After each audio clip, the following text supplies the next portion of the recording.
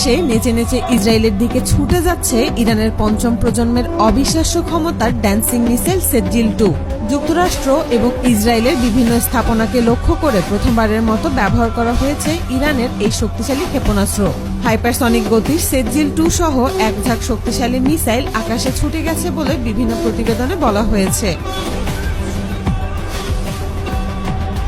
তবে সেজ্জিল-2 এই প্রথমবারের মতো ব্যবহারের দাবি সামনে এসেছে। এটি নৃত্যরত মিসাইল নামেও পরিচিত। বলা হয় এটি শব্দের গতির প্রায় 13 গুণ গতিতে লক্ষ্যবস্তুতে আঘাত হানতে পারে।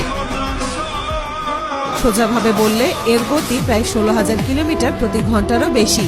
রোববার এক ঝাঁক মিসাইল ওড়ানোর ঘটনায় ইসরায়েল সহ মধ্যপ্রাচ্যের পরিস্থিতি নতুন করে উত্তেজনাপূর্ণ হয়ে উঠেছে বলে বিভিন্ন আন্তর্জাতিক প্রতিবেদনে উল্লেখ করা হয়েছে।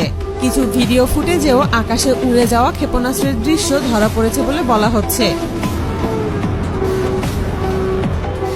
ইরানের সরকারি গণমাধ্যম প্রেস টিভি জানিয়েছে রোববার প্রথমবারের মতো এই মিসাইল ইসরায়েলের আকাশসীমার দিকে ছুটে যায়। ড্যান্সিং মিসাইল ছাড়াও সেজ্জিলের আরও দুটি নাম রয়েছে, একটি সাজ্জিল পোখরান এবং অন্যটি আশুরা।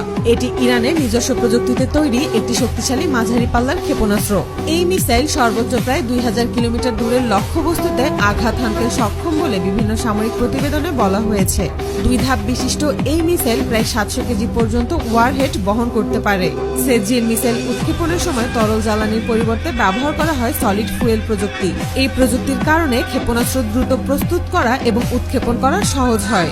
মার্কিন থিঙ্ক ট্যাঙ্কের তথ্য অনুযায়ী সেজ্জিল মিসাইলের দৈর্ঘ্য প্রায় 18 মিটার এবং ব্যাস প্রায় 1.25 মিটার, যা ছোটখাটো একটা রকেটের সমান।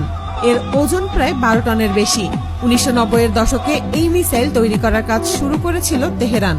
দীর্ঘ গবেষণা ও উন্নয়নের পর 2008 সালে প্রথমবারের মতো এই মিসাইল পরীক্ষামূলক উৎক্ষেপণ করা হয়েছিল।